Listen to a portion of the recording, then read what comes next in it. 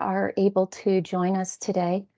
And this is such an important training for our specialists and our students as we look to determining, what the future holds.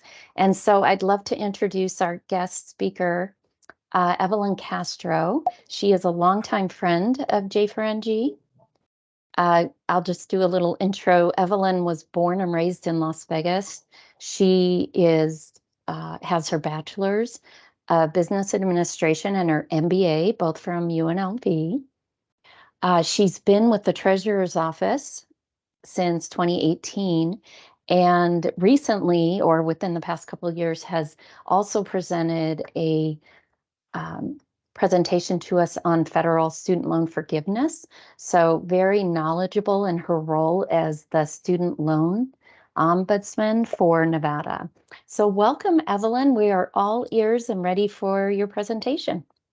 Thank you so much, Anne. I'm really happy to be here and be able to provide this information to all of your members and all the students.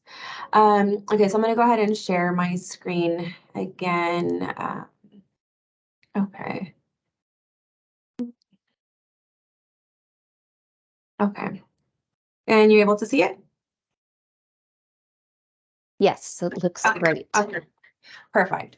Okay, so today I'm basically going to be covering information about the 2024-2025 free application for federal student aid, which is also known as the FAFSA. As we know, or for those students that are maybe like senior students or parents of seniors, we've been patiently waiting for this application to open up. It usually opens up in October. Because of some changes that they're doing to it this year, it's set to open sometime this month. They've said it'll open by December 31st. Of course, it can happen beforehand. It can happen later. I'm not really sure when it's going to happen, but they haven't really given a set date other than by December 31st. So I'm just going to go ahead and talk about the different changes that we will be seeing on that FAFSA. Okay, so just to get started, as Anne mentioned, I'm with the State Treasurer's Office. We have two locations with the State Treasurer's Office. We're part of the College Savings Division. For those that are in Las Vegas, we are inside of the Grant Sawyer building, which is right off of Washington and Las Vegas Boulevard. We're on the 5th floor. If anyone ever needs to come in for an appointment or have like a one-on-one consultation, I'm always open and happy to offer that as well. And then our second location is also in Carson City, Nevada, inside of the State Capitol building. I am part of the College Savings Division. So basically our division is here to help families start planning, saving, and paying for post-secondary education. So we do offer all different types of programs. College Kickstart is a $50 scholarship that we provide to kindergartners. Prepaid tuition, we allow families to lock in today's tuition price for the use of tomorrow. We have investment plans, 529 plans, which are investment plans for education. We administer the Millennium Governor Gwynn Millennium Scholarship. We also have the Kenny C. Gwynn Memorial Millennium Scholarship, which is, it usually gets confused with the Millennium, but the memorial is for those that are already in college and who are pursuing a degree in elementary or secondary education. Our office also has a scholarship database in our website, which is navigate.gov. If you click on resources, we have the scholarship database, and we have over 330 scholarships listed on there. We also have a college navigator, which she basically helps assist families through the entire process from whether they're in elementary, middle school, or high school, and learning on how to plan for a post-secondary education. And then my role as a student loan ombudsman basically is to help students and families prepare for post-secondary education if they have questions about financial aid, which includes the FAFSA, and also once afterwards when they're done with their education, if they've graduated and they have student loans, if they have questions about their student loans, maybe repayment plans, forgiveness plans, etc. That's where I also can assist individuals. All right, so just to get started, as in what is the FAFSA. So FAFSA basically stands for the Free Application for Federal Student Aid. I just want to point out it's a free application. I've heard of organizations that will charge a fee, or sometimes individuals will log on to the wrong website thinking they're applying for federal student aid and they're being charged money. And I just want to make it as clear as possible. It's a free application. So if you've logged on somewhere and they're asking you for money, it's probably a scam. So just make sure that you're not paying anything to apply for federal student aid. So basically with the FAFSA, each year, billions of dollars become available. In these, this money is to provide access for federal student aid with either grants, work study, and federal student loans. States and schools also use the information that you provide on the FAFSA form, and they distribute their own grants and scholarships. So even if you don't believe that you can qualify for federal aid, it's important to still submit the FAFSA, because all the information you're submitting on there is sent to the schools, and some schools require the FAFSA to be filled out for students to qualify for other aid, whether it's institutional scholarships or grants, state grants, etc. They use that information from the FAFSA. So again, it's important for students and parents to really look into applying, even if they don't plan or don't believe they will qualify for federal aid, they might qualify for other things. And with the FAFSA, because with FAFSA, it is financial need based, it does have to be completed every year that the student plans to attend college, because as we all know, sometimes finances change as year after year. So they do require a new application every year. So as I mentioned, when you complete the FAFSA, there's 3 things that you may receive, which is grants, work study, and federal student loans. After completing the FAFSA, you'll see they'll provide you with a financial aid summary, basically a report that's going to allow the student to know what they qualify for. The most common one will be like the grants, right? Which is the Pell Grant is for the grants. Grants is free money. It's free money that you can use to go to college. It doesn't have to be paid back. The only way or the only reason that you would ever have to repay a grant would be if, let's say, you drop out and then you owe back that money, right? You're going to owe them a refund. Other than that, grants are free money, just like scholarships. Work study is basically a part-time job that the government provides to you while you're enrolled in school. And this part-time job is to help students earn money to pay for school.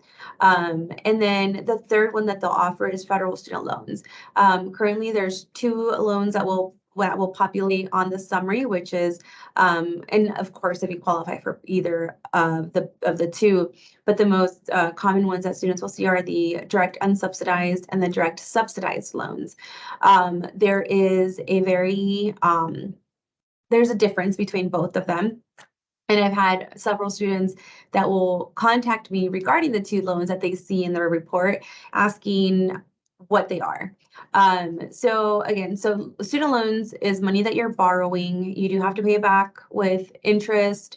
And with federal student loans, it is a low fixed interest rate.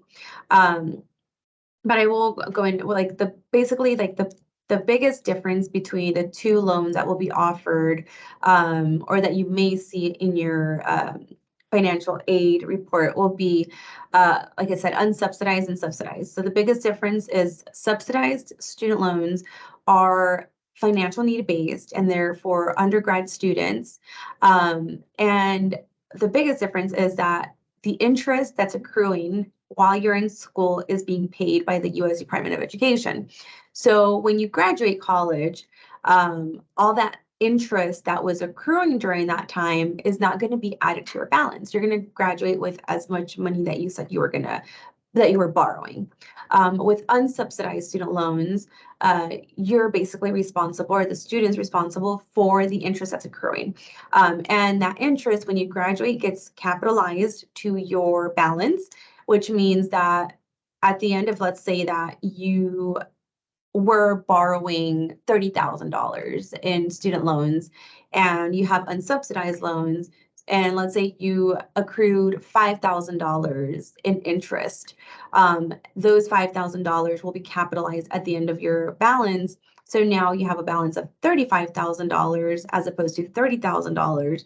So now you're paying interest on $35,000 instead of $30,000. So that's just the biggest difference. Again, if you see both loans, one is way better than the other one. So definitely do your research before you agree to or choose which one you decide to go with. And with all things as well, I always tell students, federal student loans or any type of loan should always be the very, very last option. Definitely look for grants, definitely apply for scholarships, budget yourself before you start taking out student loans, because they can become a headache later on. But again, if that's the only way you can finance or pay for your education, there's no harm in that, but just make sure that you are doing it as responsibly as you can. So with the FAFSA basic eligibility, these are the requirements that you must meet. One is you have to demonstrate financial need for need-based federal student aid programs. Again, this is for federal student aid programs, not for all types of student aid. So in order to qualify for FAFSA, you do have to demonstrate financial need.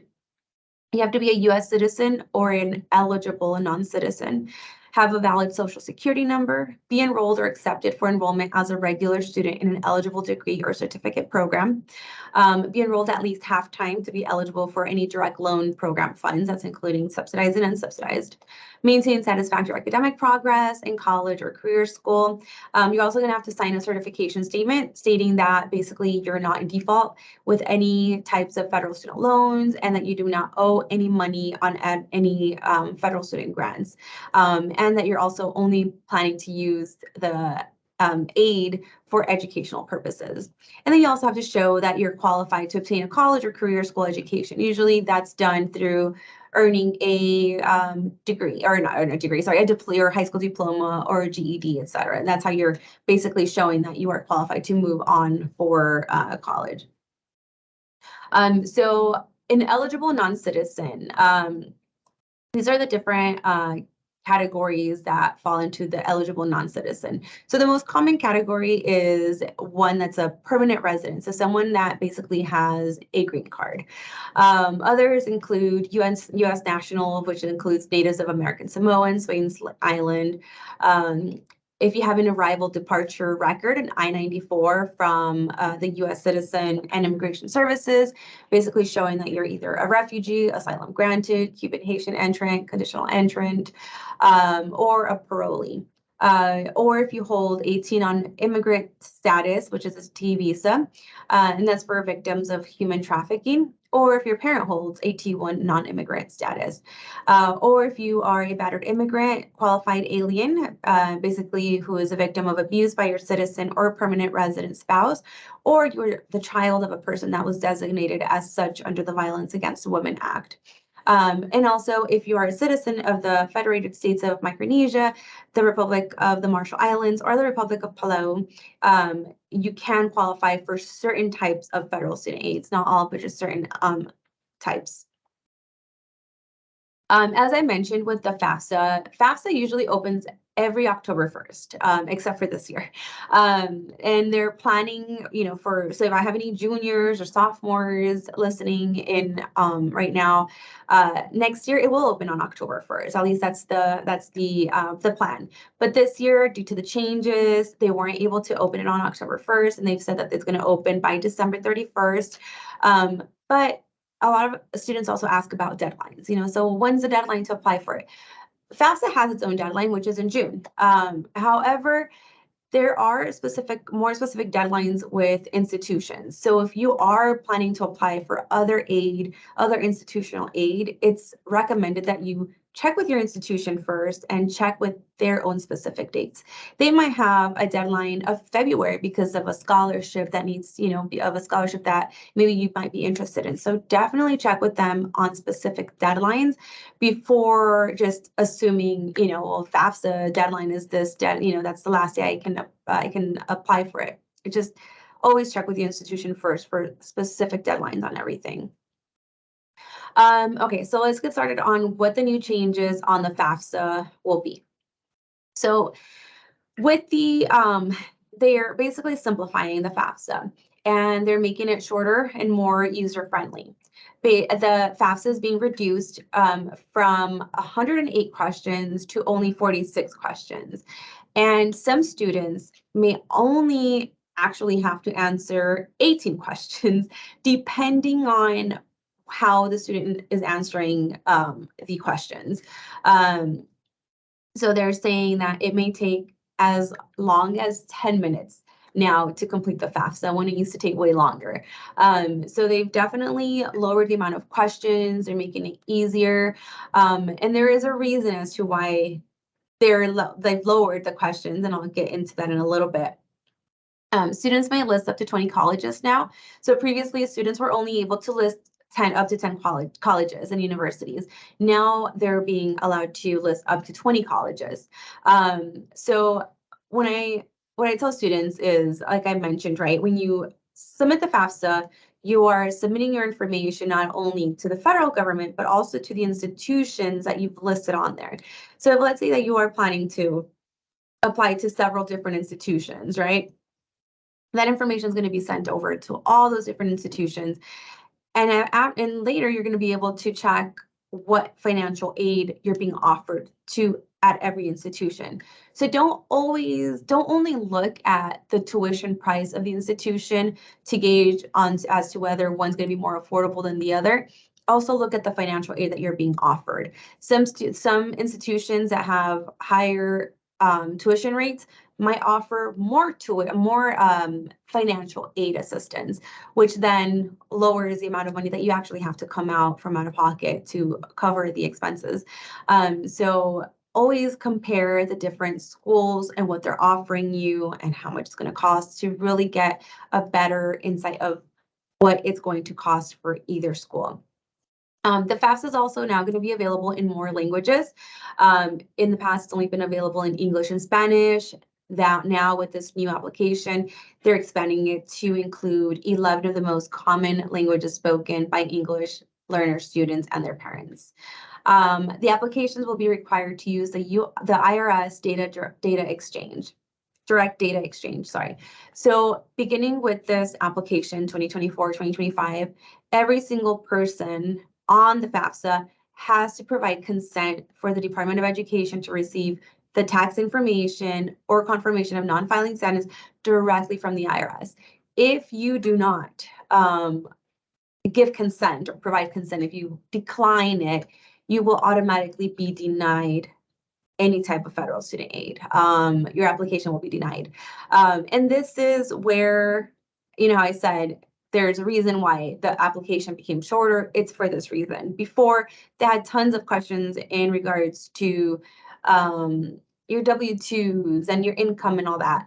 So now they're wanting you to just give consent, and they're going to pull all the information, and now all those questions that were associated with income and et cetera, now that's how they're reducing, or they're making it more simplified.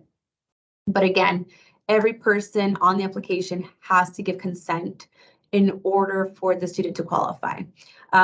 If, let's say, a parent doesn't consent on the application to have their IRS data retrieval being like the direct data exchange, then the student will not be qualified. So every person, all contributors, et cetera, will need to give permission on that. Now, it's also a roles-based FAFSA form. So roles equals students, who is the applicant, the parent, or the preparer. Basically now, once all the required data has been provided and all the sections have been signed by all roles, any role can submit the FAFSA. So a parent can submit the FAFSA for the student, a preparer can submit the FAFSA for the student can submit the FAFSA for themselves. So any person that has a role in the FAFSA can start it, and they can also submit it. The FSA ID, the account username and password, that's required to access the FAFSA form, can now be a person with a social security number can now actually create an FSA ID number to access the FAFSA form. When in the past, if someone didn't have a social security number, they weren't able to obtain an FSA ID. Now they're going to be able to. This again is allowing how in the past those students who maybe had parents with no social security numbers, now those parents are going to be able to electronically sign for the FAFSA. And I will get into that in a little bit later on what will happen. But anyone now can actually get the FAFSA with or without a social security number. All contributors must provide financial information. So this is a new term that they've introduced this for this new application, which is a contributor. And basically a contributor is someone or the person that's required to provide information on a student's form. So this could be the student's parent, a step parent, or if the student is married, it could be their spouse. A student's parents' answers on the FAFSA will determine who the contributors are. So this year, they're now going to also be asking step parents. So if you, let's say that your parents are divorced, but the person that provides the most financial support for the student is remarried, then the student, that parent will now be the contributor. And if that parent is married, that step parent will also need to be a contributor on that application. And all contributors, like I mentioned, will need to provide consent to have their IRS data retrieval set to automatic so that the student can be eligible for FAFSA. The other thing that has changed is the student aid index. So in the past, it used to be called the expected family contribution, the EFC. Now they've changed it to SAI, and the way that they're calculating it is basically looking at the income, your assets, et cetera. And that's how they're determining aid eligibility. And with the SAI, they're actually making it where it's more students will be able to qualify for Pell Grants. The SAI can actually become a negative number down to minus 1,500. But again, there is, and I'll cover this in a little bit, but there is a way for students to log on to studentaid.gov and check for estimates before the application has opened, just to see how much they may qualify for. The number in college will not be used to calculate the SAI. So previously, the FAFSA calculated the number of household members attending college into the expected family contribution. And then they would divide it proportionally to determine federal aid eligibility. Beginning with this new FAFSA, the application will ask how many household members are in college, but that answer is not going to be calculated in the SAI. So this might be kind of a con for those parents that have multiple students in college, as it's not going to affect your numbers or your SAI calculation. The student may qualify for less than in the past where they would have qualified for more. Some students will automatically be awarded the Pell Grant. So families making less than 175% and single parents making less than 225% of the federal poverty level will see their students receive the maximum federal Pell Grant award. And then minimum Pell Grants will be guaranteed to students from households below the 275, 325, 350, and 400% of the poverty level. Again, depending on your household structure, depending on your household size, etc. And then the parent responsible for submitting the FAFSA in cases of divorce or separation has changed. Like I mentioned, for dependent students, financial information was previously needed from the parent that the student lived with the most in the last 12 months.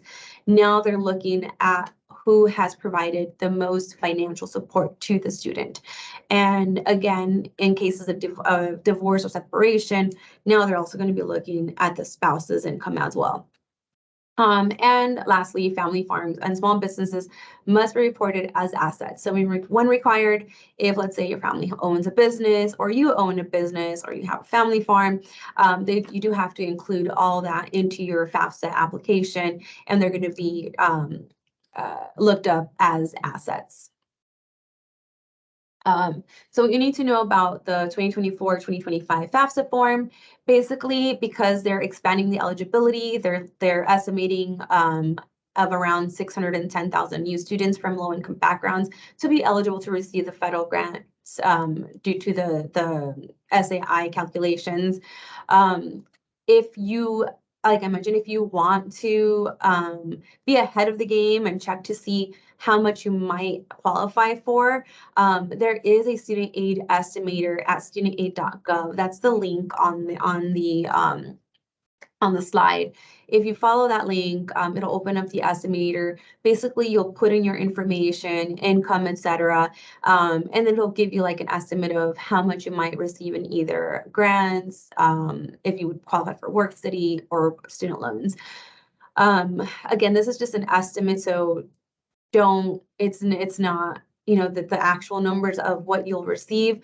And I also want to make sure that students understand that completing the estimator does not mean that you've entered the information for the FAFSA, because it will ask you for the same information. It's not the actual application for the FAFSA. It's just to give an estimate. And then the 2024 FAFSA form will offer a new streamlined user experience. Like I mentioned earlier, it's gone down to 46 questions. Some students might be able to skip as many as 26 of the FAFSA questions, leading them to only have to answer 18 questions. And for those students, it could take less than 10 minutes to complete the FAFSA. So that's a big, I guess, excitement, because it's not going to take forever to complete it. Key features on the FAFSA form. Like I mentioned, students, parents, and preparers may begin, complete, and submit the new FAFSA for processing. Dependent students, they have to invite their parents to contribute to their form if the parent information is required. So as the students are completing the FAFSA form, it will indicate who the contributors are and who needs to be invited to fill out the FAFSA. Independent students and a dependent student's parent must invite their spouse to contribute to the student's form if the spouse information is required. So if you're married, then you'll be the one to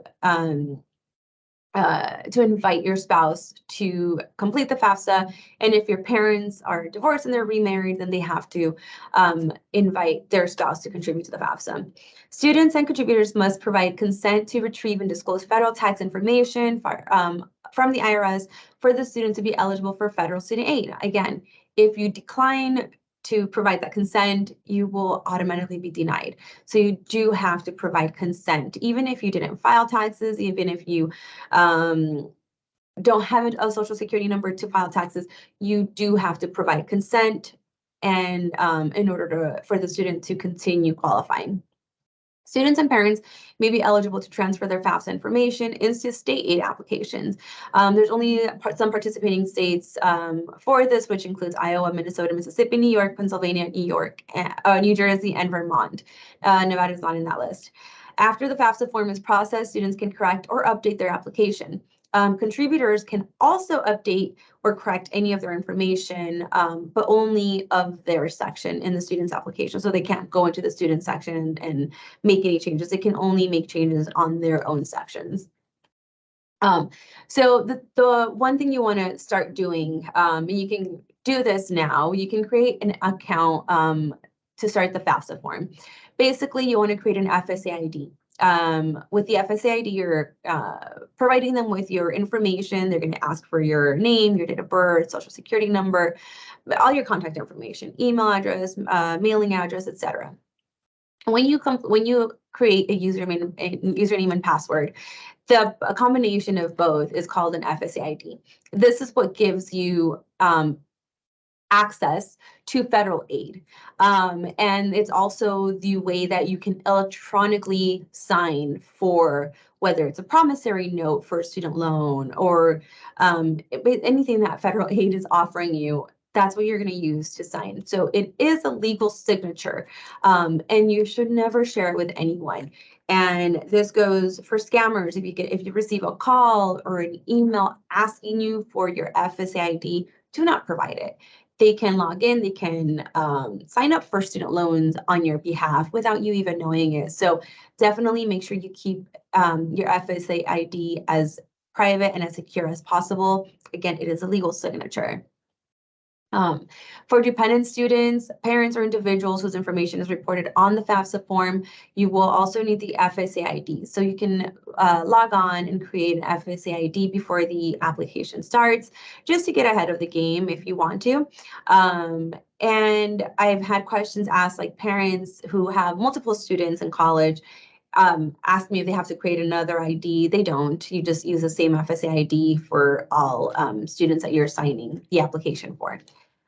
The student is the one that's applying for financial aid. So you want to make sure that if, let's say, as a parent, if you're the one that's starting the application, that you're not supplying your FSA ID, like the parent's FSA ID in the student role. You want to make sure that you're putting in the student's FSA ID in the student's role so that there's no, needing to have to go back and correct this or the application, being put on hold because of mistakes on the application. So just make sure that as you're inputting the information, you're just really reading and making sure you're putting it in the correct areas. There are documents that you'll want to gather and that may be needed once you're applying. One's going to be the social security number. So mainly for the student social security number.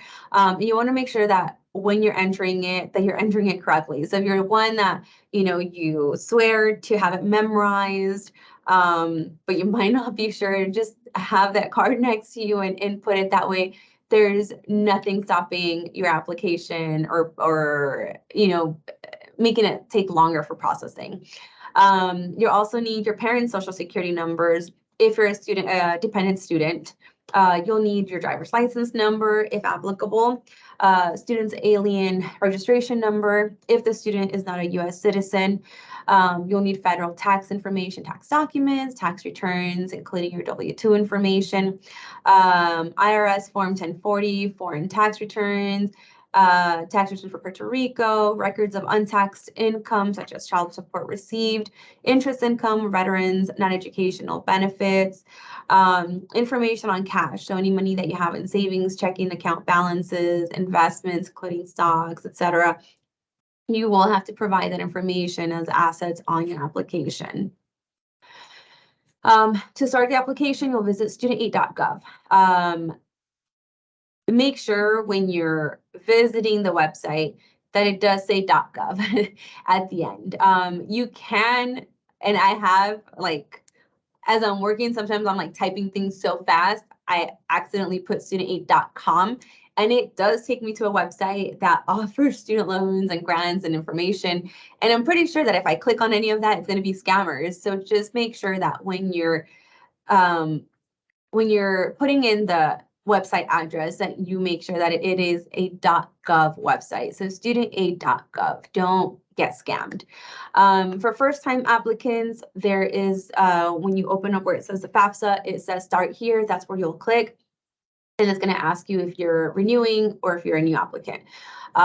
So if you're a new applicant, then you just, again, like I said, you'll either enter an FSID if you've already created one, or you create your FSID to start the application. Like I mentioned earlier, it is a free application. So if someone is asking for money to fill it out, you might be dealing with a scam, as well as if the website doesn't end in .gov.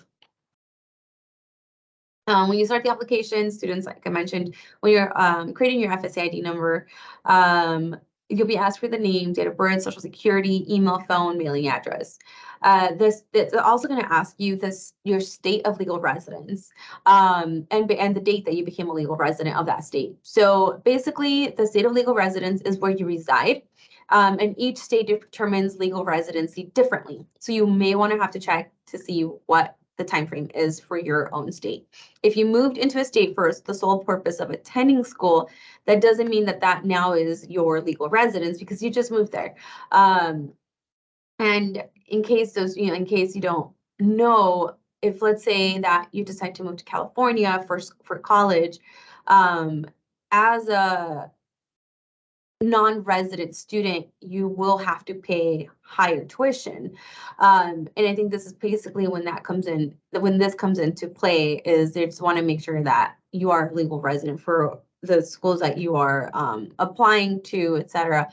We do want to check with the schools as well to see if they have any other policies regarding legal residence qualifications as well.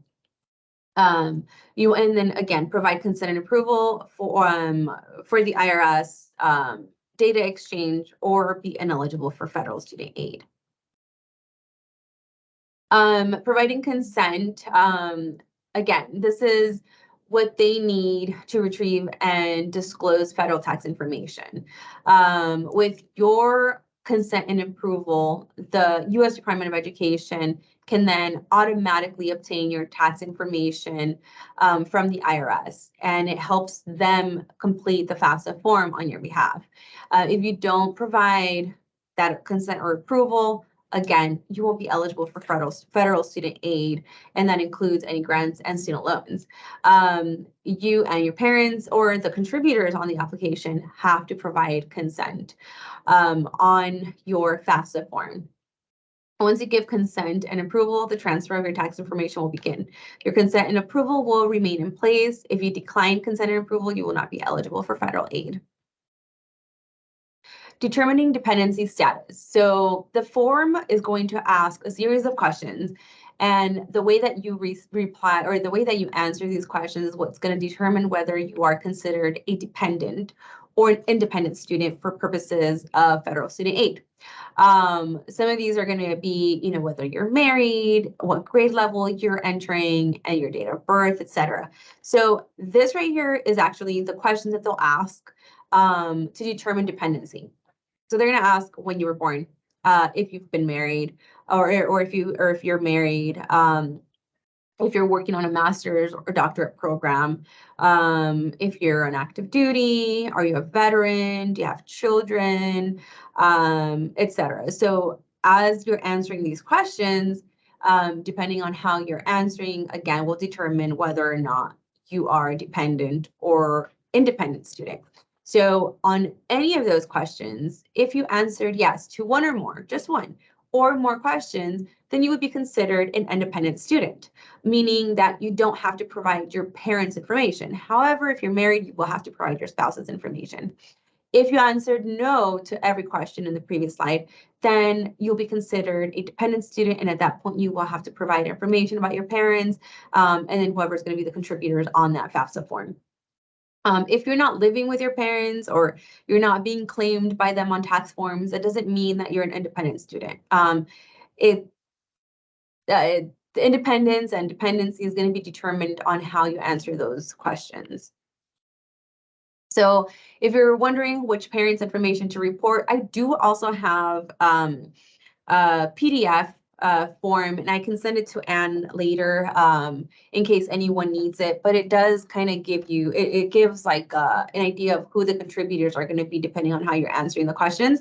But basically, if the student's legal parents, being biological or adoptive parents, are married to each other or not married to each other and live together, the student should report information about both of them on their FAFSA form.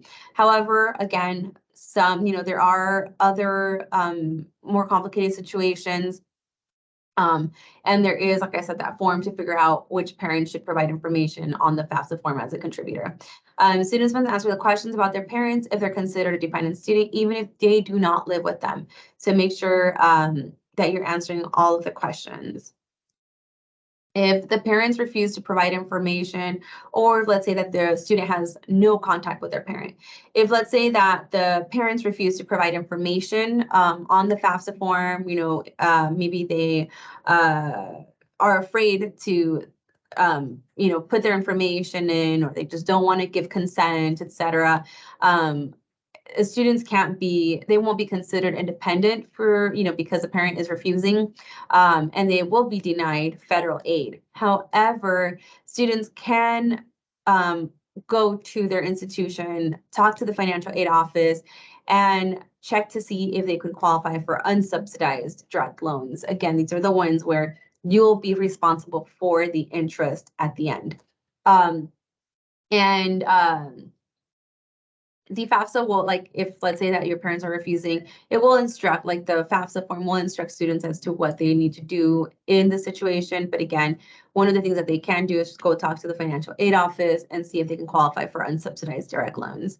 If the student has no contact with their parents and they don't know where they live, or let's say that the student left home due to an abusive situation, there is a question that's going to ask if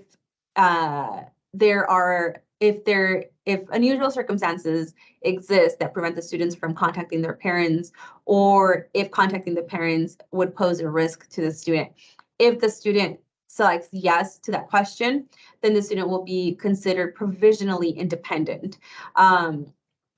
If this is the case, students do have to contact financial aid office as well at their institution, because they might have to provide supporting documentation in order for the FAFSA application to be continued processing, or for them to be qualified for any aid. The contributors to the FAFSA form. So a contributor refers to anyone, so students, student spouse, student's biological or adopted parents, student's parents, spouse, who is required to provide information on the student's 2024-2025 FAFSA form. Again, depending on how the student's answering the question is what's going to determine who the contributors are, and the student will need to invite the contributors to fill out the form. And in order to invite someone to be a contributor on your FAFSA form, you'll need to provide their name, date of birth, social security number, and their email address. Every contributor, like I've mentioned plenty of times, has to give permission, consent, and approval for FSA to obtain federal tax information automatically from the IRS. If one or either parents, contributors decline that, the student will not be qualified. Provisionally independent student. So this is kind of where a couple slides back. If in an example, the student is asked if they were homeless or at risk of being homeless. If the student selects yes, then the student's going to be asked to determine who determined that they are homeless or at risk of being homeless. If let's say that they select none of these apply, the student is asked if unusual circumstances prevent them from contacting their parents. If the student selects yes, at this point, that's when they are considered provisionally independent. Again, every situation is different. And if a student believes that they can qualify for provisionally independence, just make sure that you do have that supporting documentation in hand in case they need it, either at the institution or in case the FSA asks for that information as well. So this is one way that, or one of the only ways that you can actually override any dependency and not needing to have parents' information on the FAFSA form. Family size basically is the student's family size, depending on how many, whether the student is the one that's providing support, or it'll include the student and then other people that basically live with that student. So the parents, any siblings, etc. The student aid index, basically with the student aid index, it's need-based analysis, and it takes into account, like I mentioned, income and assets of the student and their parents or spouse if applicable. The analysis formula used considers both taxed and untaxed income, as well as any assets, benefits received, such as unemployment and Social Security. So this right here is a kind of like a guideline or a table that shows what the poverty, the 2022 poverty guidelines are, and what the max Pell Grant AGI limit, and then the minimum Pell Grant AGI limit.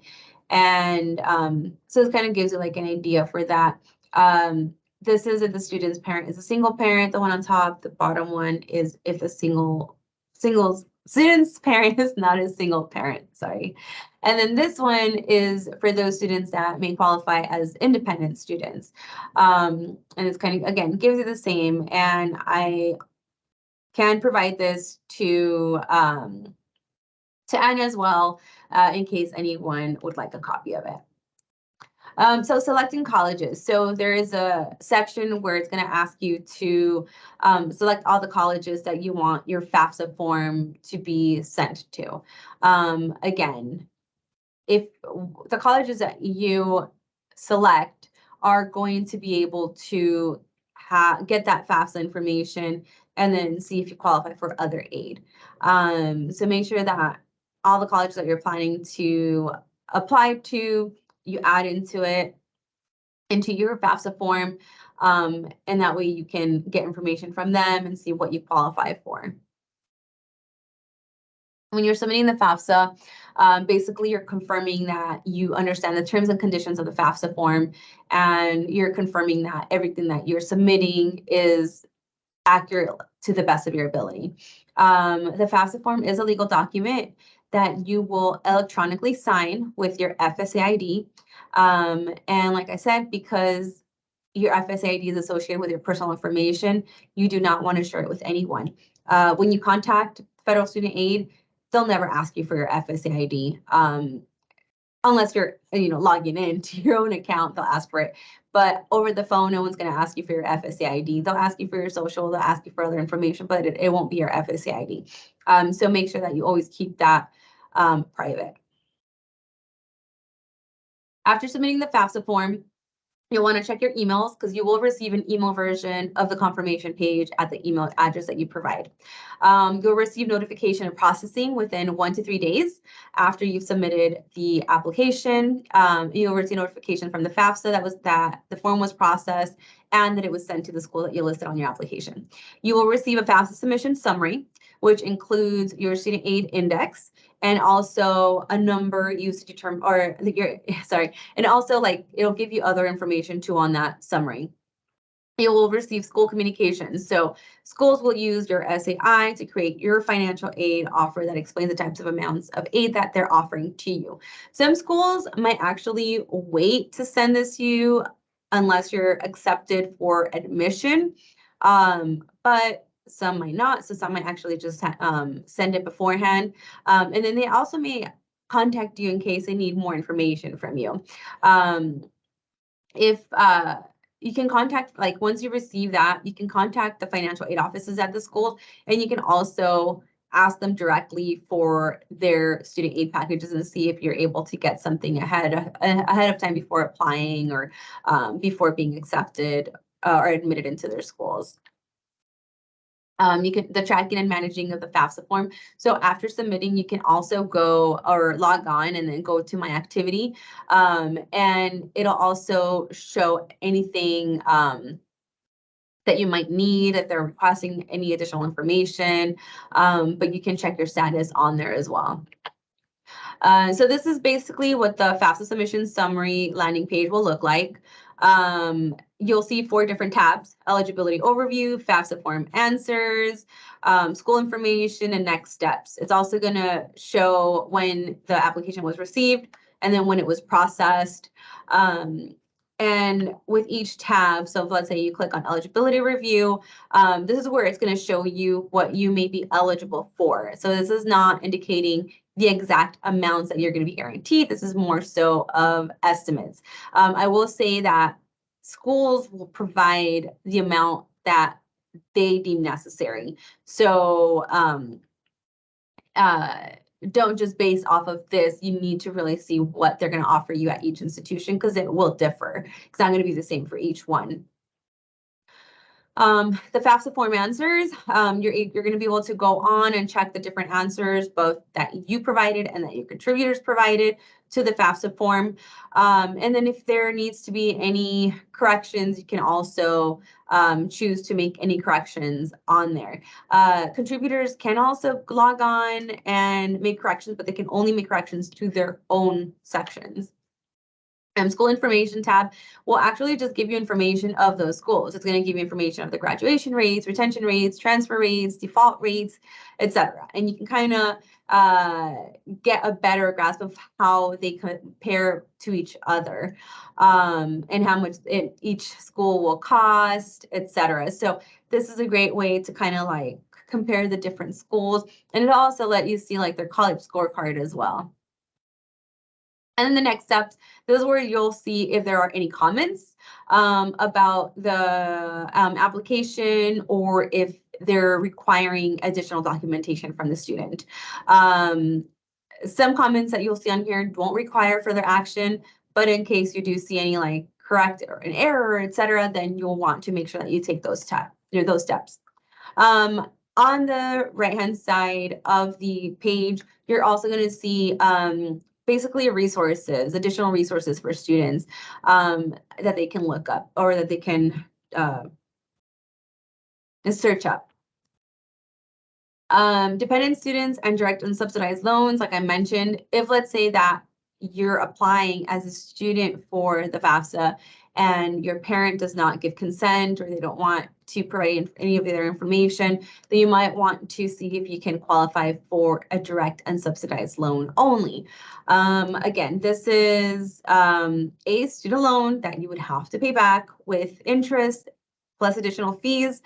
And this is going to be the loan that you will be responsible for the interest while you're in school. So you need to be sure and make sure that you understand how much you're borrowing and that you are being responsible as you're borrowing that money. Undocumented students. So if there are any undocumented students or students who are undocumented and have received the DACA, you don't meet eligibility requirements for federal student aid. However, you may still be able to fill out the FAFSA if you have a social security number, because you could still qualify for other aid. You can still qualify for other scholarships or other grants. They don't have to be that are not federal based. So you'll want to check with your high school's college counselor or your colleges or career schools financial aid office to see what other types of financial aids are available. And if they are available, check to see if you need to complete the FAFSA form. If it is required, and if you don't have a social security number, you can also go online and see if you can qualify in obtaining a social security number for purposes of federal or, for purposes of completing the FAFSA form. Again, if you don't have a social security number, you won't be able to complete the FAFSA, but you will need that as a student, you will need that social security number to complete the FAFSA. Again, if you're undocumented though, you won't be eligible for federal aid, but you may qualify for other types of aid. So don't be discouraged. Tips for DACA recipients with social security numbers. So when you're answering the citizenship status question on the FAFSA form, as a DACA recipient, you must select that you're not a U.S. citizen and you're not also an eligible non-citizen. Your parents or spouse's citizenship does not affect your ability to complete the FAFSA form either. So even if let's say if you are a citizen, as a student, you are a U.S. citizen, but your parents are not, that's not going to disqualify you from receiving the FAFSA. And vice versa, if they're citizens and you're not, it's not going to give you the ability to qualify either. But just make sure you understand that. And then answering the state of legal residence question, the state of legal residence, the state that you reside. So the fact that you're a DACA recipient doesn't affect how you and or your parent would answer that question for purposes of completing the FAFSA form. If your school or state offers aid based on your state of legal residence, then they might have additional residency requirements. But again, you'll need to check with your counselors or with the financial aid office to see what actually will qualify as legal residence in their own institution. Tips for DACA recipients with social security numbers when it comes to submitting the tax information, right? Because like I mentioned several times, you have to give consent and approval for them to retrieve your IRS information. When you're completing and submitting the tax information part of the FAFSA, you still have to provide consent and approval of the transfer. And that's even if your parents or spouse if they don't have a social security number, an ITIN number, if they don't file taxes or they file taxes outside of the US, you still have to give that consent in order for, I guess, like the application not to be, I mean, it'll still be denied because you won't qualify, but in order for that information to be sent over to the rest of the schools that you've listed on your application. If the parents do not have a social security number, starting this month, parents or spouses will be able to create a studentaid.gov account without having a social security number to access their portion of the FAFSA form.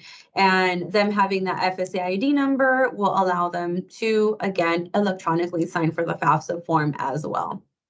If they don't have an ITIN number, they should just leave that question blank. If it's going to ask them if they, it's going to, like, as they're answering their questions, if they don't have a social security number, they're not going to ask them for a social security number. But if they've left it blank, it'll just disable it. And then if they have an ITIN number, then they'll add it on it. But if they don't, then again, just leave that answer blank on there. For students with criminal convictions, so as of July 1st, if a student is subject to an involuntary civil commitment for a sexual offense, the student may still qualify for federal Pell Grants. Drug convictions no longer affect federal student aid eligibility.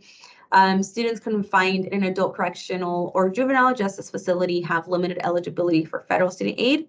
Students exiting incarceration, so once they're released, the eligibility limitations related to their incarceration will be removed, and students on probation or parole or living in a halfway house may be eligible for federal student aid. If you're a student with criminal convictions and you have questions about it, there is a link I've provided at the bottom that will give you better explanation on what types of student aid you'd be eligible for, and all that. So. And that concludes my presentation. That is my contact information if you have any questions, or if you would like to give me a call or send an email, that's my email, my direct number as well. And as I had the slides up, I had no access to seeing if anyone had questions, so I do apologize for that as well. So I'm not sure if anyone had any questions throughout the presentation. Thanks, Evelyn. Yeah, I didn't see any in the chat, but I wanted to ask anyone on the call if they want to just unmute and ask your questions. That's great. Amy, did you have a question? No, I thank you for coming. It was a great presentation, very insightful. I hope it was recorded so then that way I can really go back in and dissect it and go from there. But I appreciate you, Miss Evelyn, for coming. Yeah.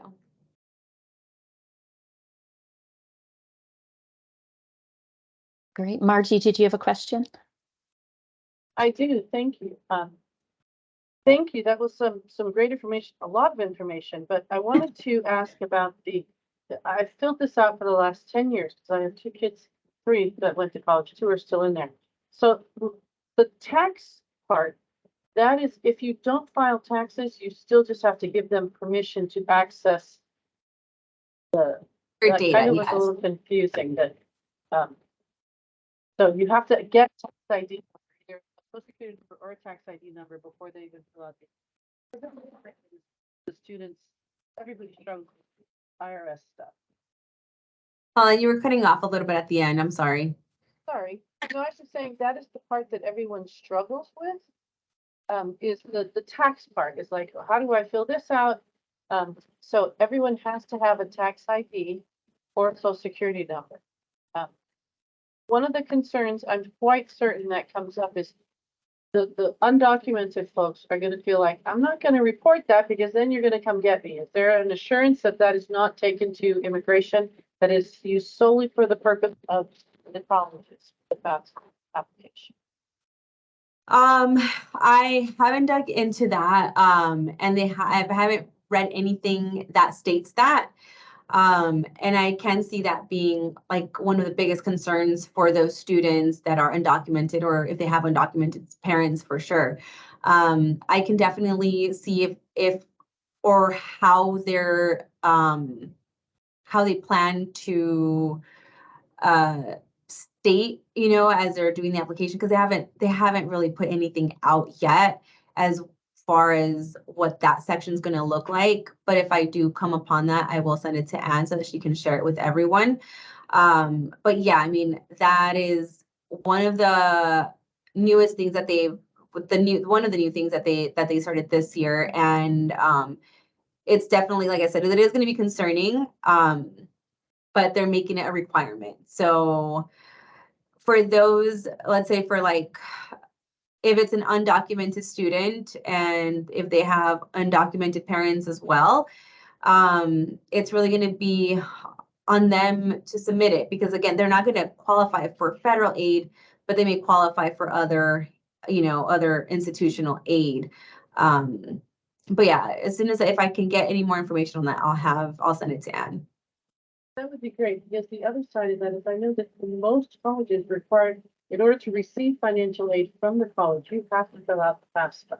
Now, you had told that there was some that you just go straight to the financial aid at the college you'd like to go to. But I mean, from my experience in the last 10 years, every college requires that FAFSA. I feel like maybe it's so. Is there a possibility of them going straight to the financial aid and not filling out the FAFSA to receive some aid? I mean, that seems stretched. That would be dependent on the institution itself. But I wouldn't be able to answer that, as every institution will have their own policies set. But for the like I said, for FAFSA, they will have to submit that. And I mean, even in past,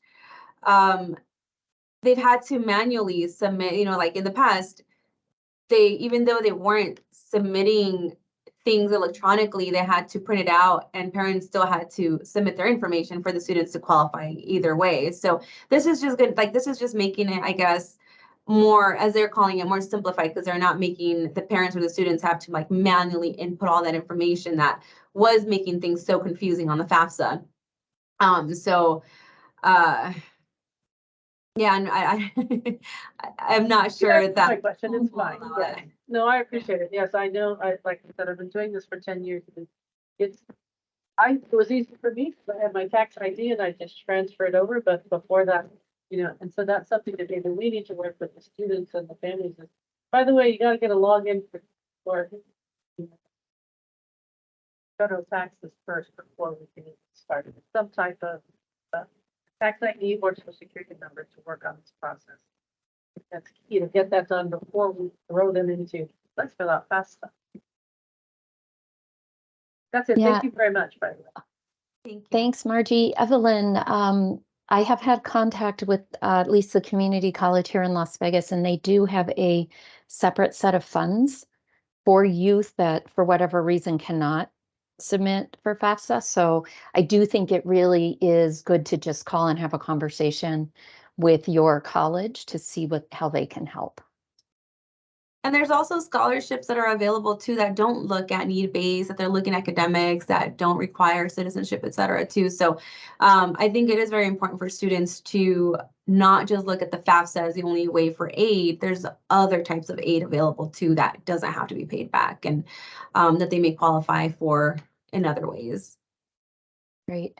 I do have one question, and then we can wrap up unless everyone else has a question.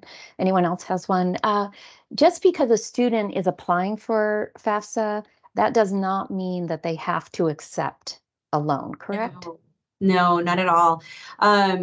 When they receive their financial aid summary, like of what they're going to be receiving, the student can choose what they want, right? So they're going to be given the three things that they'll be asked or offered is either going to be the grants, the work study, or the student loans. And for some students, they're offered both student loans. And like I said, some students don't understand the difference between them and they don't know which one to choose. So it is very important for students to really do that research ahead of time and know which one would be the better of the two. You can also decline the student loans. You don't have to take those out. And you can also decline the amount of money that you're receiving too, because sometimes the schools are going to be the ones that are determining how much aid you can receive, and they might estimate and still be sending students additional funds that they believe the student might need. And if the student doesn't need it, why are they taking it out? They can decline those funds as well. So it's very important for students just to become very, like I said, responsible. If they're planning to take out student loans, to be responsible borrowers, because you don't want that headache at the end. I mean, it's easy money at the beginning, but once it's time to pay it back, it's a huge headache. Yes, thank you so much. Thank you for all of this wonderful information. I just want to let our specialists know that as soon as I receive the presentation from you, Evelyn, and any of the other PDFs that you mentioned, I will create a folder in our specialist toolkit on Teams, and that will be available for all of our specialists to revisit, show any other students they might want to, and use it in any way that's going to be helpful. So, yeah, Laura, I see you had a question. The recording should be available immediately upon exit here today, and then I will send out an email with a link to that folder as soon as I have everything loaded.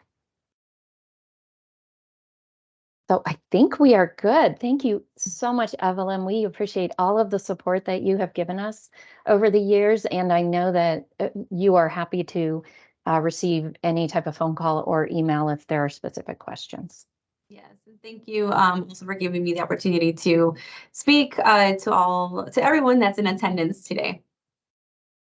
Wonderful. Well, everybody have a wonderful day. Thank you. Bye. Thanks so much. Bye.